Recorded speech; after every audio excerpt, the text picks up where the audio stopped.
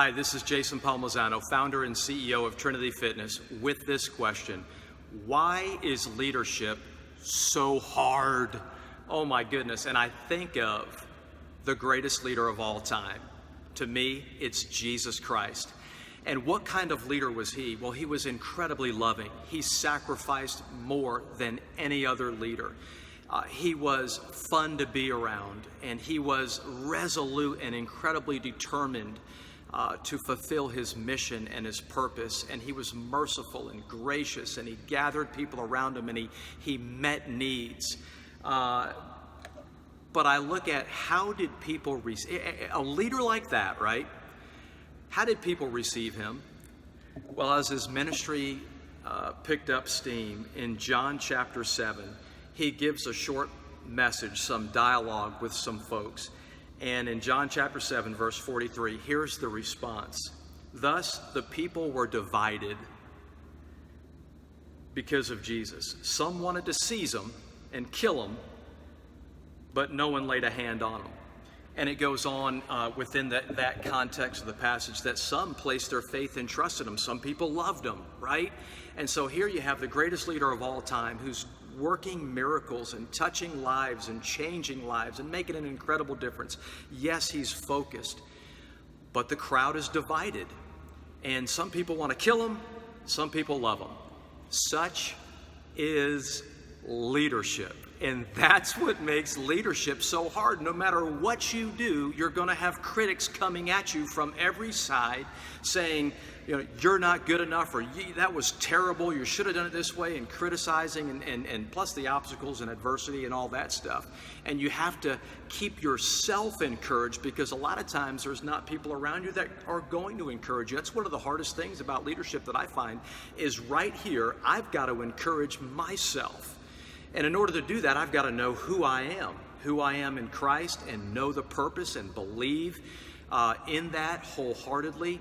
But I want to read to you one of my favorite quotes that I read when I face criticisms or things aren't going, as well as I thought they would. It's by Theodore Roosevelt, and this quote is called "The Man in the Arena." And it goes like this: "It is not the critic who counts, not the man who points out how the strong man stumbles, or where the doer of deeds could have done them better. The credit belongs to the man who is actually in the arena, whose face is marred by dust and sweat and blood, who strives valiantly, who errs, who comes short again and again, who spends himself in a worthy cause, who at the best knows in the end the triumph of high achievements, and who at the worst, if he fails, at least fails while daring greatly, so that his place shall never be with those cold, timid souls who know neither victory nor defeat."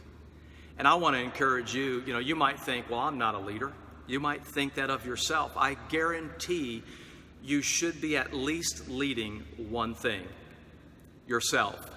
And the only way to achieve any kind of victory and personal growth in life is you gotta lead yourself and begin to discipline yourself on the daily small habits that are right and true and that you want your life to be about, and begin to model that for other people, and to know to know who you are and for what you believe in.